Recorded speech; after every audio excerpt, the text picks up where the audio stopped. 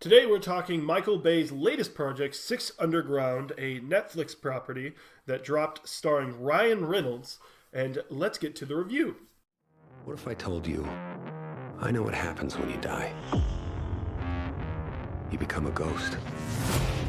So as mentioned, we're talking Six Underground, a film that hasn't been doing too hot in terms of critical consensus, that I honestly had a little bit of fun with in like a bad type of film way.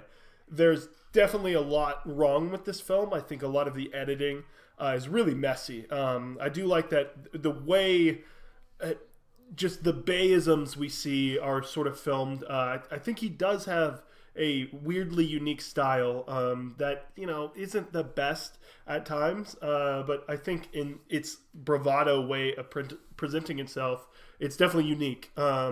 And I think Ryan Reynolds isn't the worst choice for the lead here. I had a little bit of fun with his character, but it just seems like another movie where it's like, hey, Ryan Reynolds is a thing now, right? And I'm going to be honest with you.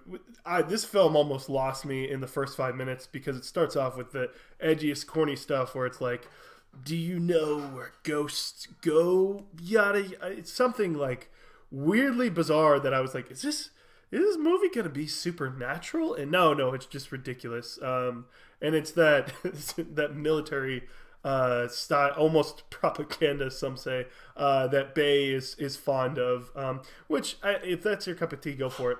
I think some of the cast is actually okay, particularly the female leads I actually thought were pretty solid.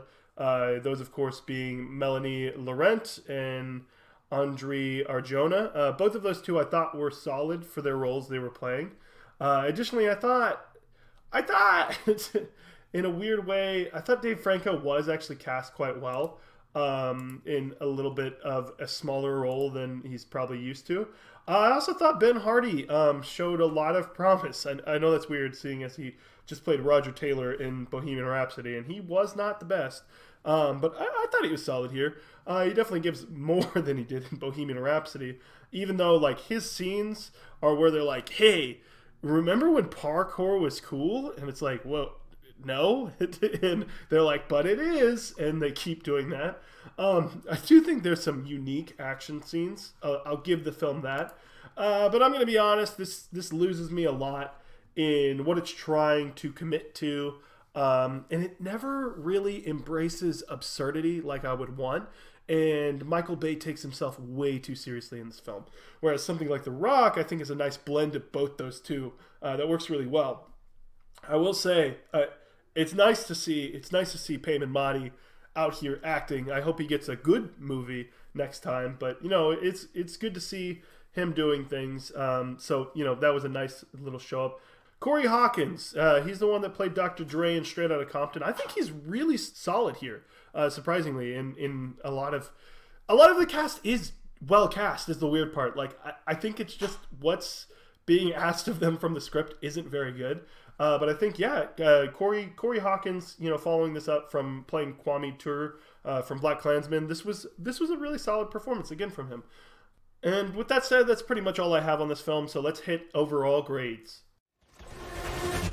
Grenade!